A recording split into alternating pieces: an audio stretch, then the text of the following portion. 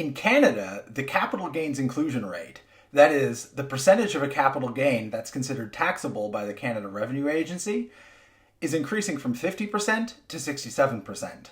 That means that if you're a Canadian investor sitting on over $250,000 worth of capital gains and you do not hold the assets that those gains are on in a TFSA, FHSA, or RRSP, then your tax rate is going to increase. It does not, however, mean that the capital gains tax rate is increasing by 67%, as some on social media are claiming.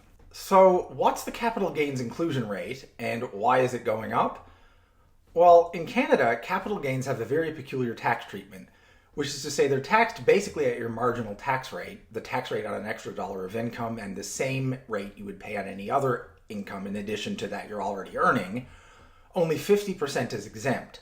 So if, for example, you realized a $10,000 gain on a stock, meaning that you sold out of the position and realized $10,000 in profit, and your marginal tax rate was 50%, you would not actually pay 50% on that $10,000, which would be $5,000.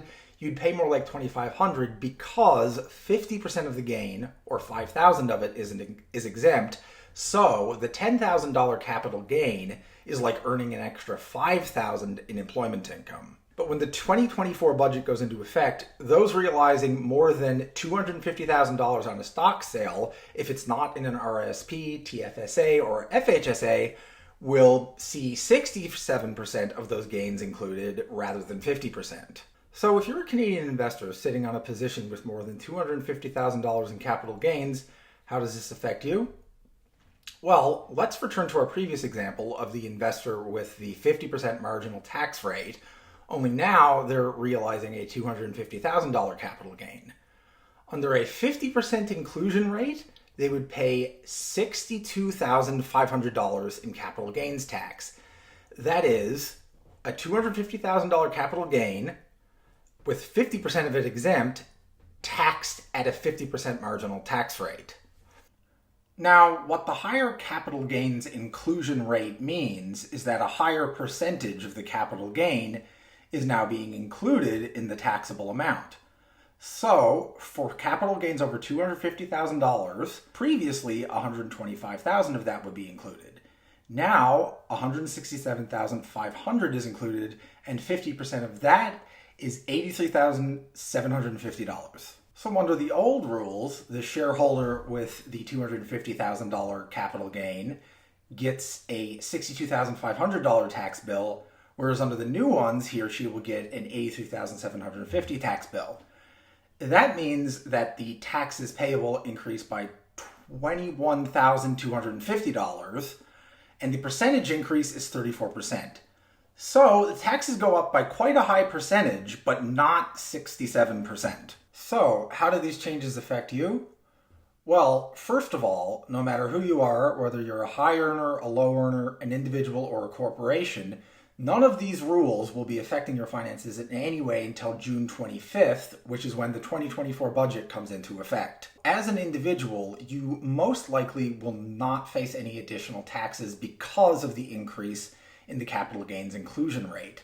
First of all, if you're a typical middle-class Canadian, you have the RRSP and TFSA room most likely to shelter all of your savings from taxation, or in the case of the RRSP, defer it to a later date. Second, even if you have your TFSA and RRSP completely maxed out, you still have to have quite a bit invested to achieve a $250,000 capital gain. Either that or receive a truly exceptionally high return on a relatively small amount invested. $250,000 is 25% of $1 million, and a 25% return is about 2 years worth of returns going by the historical norms for the Toronto Stock Exchange. Now, of course, there's always a subset of Canadians who have never earned a lot of money in their lives, but will have maybe realized a $250,000 gain on, say, a $50,000 position because they realized the superior return. But again, much like those earning an exceptionally high employment income, such people are rare. So, as an individual, you most likely will not face any additional taxes because of the increase in the capital gains inclusion rate.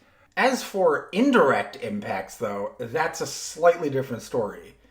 If your portfolio is mostly invested in Canadian stocks, That means that the companies that you're invested in will be paying higher tax rates on the stocks that they own, whether they're Canadian or not. So the way this works is a Canadian company is subject to capital gains tax just like any other company.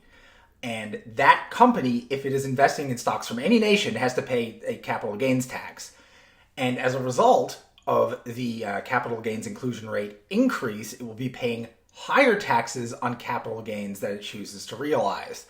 A good example of this would be Fairfax Financial Holdings, a Canadian insurance company that a lot of people owns a lot of stocks. If it chooses to sell those stocks, they'll be paying a higher tax rate on it.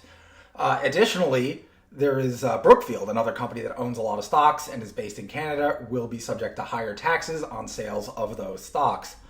Finally, high net worth investors choosing to sell their stocks, particularly Canadian stocks, may result in downward pressure on the prices of those stocks, resulting in temporary poor returns. So, if you're a relatively low net worth investor with no capital gains over $250,000, then you won't be directly affected. If you're a high net worth investor or someone who, for whatever reason, just had a big win in the stock market and got a $250,000 return out of that position, you won't be affected if you sell before June the 25th.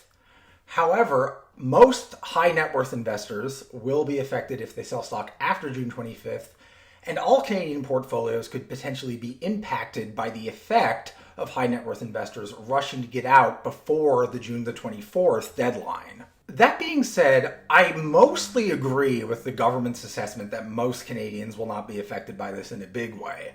For one thing, a lot of Canadian investors hold US stocks whose trading volume can't be more than, 10% accounted for by Canadian high net worth investors. Second, it isn't immediately clear that all high net worth or corporate investors will sell their stocks to get out of this tax hike.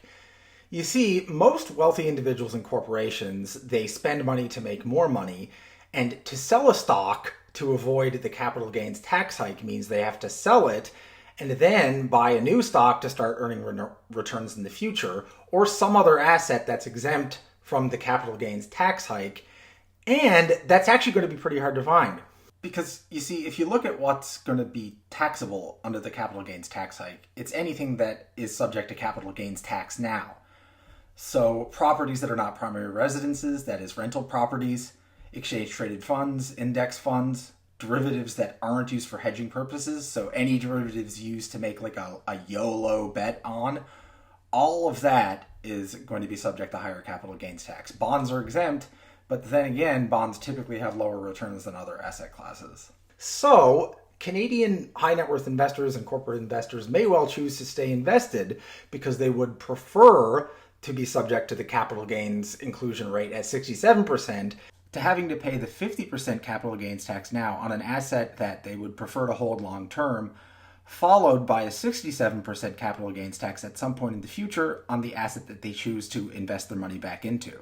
Third and finally, according to PwC, the new budget proposes a few tax exemptions that will offset the effect of the higher capital gains tax rate for small business owners. To quote PwC, we have the lifetime capital gains exemption. That's an exemption on the capital gains paid by a small business owner over their entire lifetime, and that is increasing from $1,016,000 to $1,250,000. The budget also introduces the Canadian Entrepreneurs Incentive, which will reduce the taxes on capital gains from the disposition of shares by eligible individuals. And that's about all I have to say on the topic. If you like this video, leave a like. If you think it's worth sharing, share it on social media. And if you have a comment, leave it in the comments box down below. That's it for me today. Thanks for watching.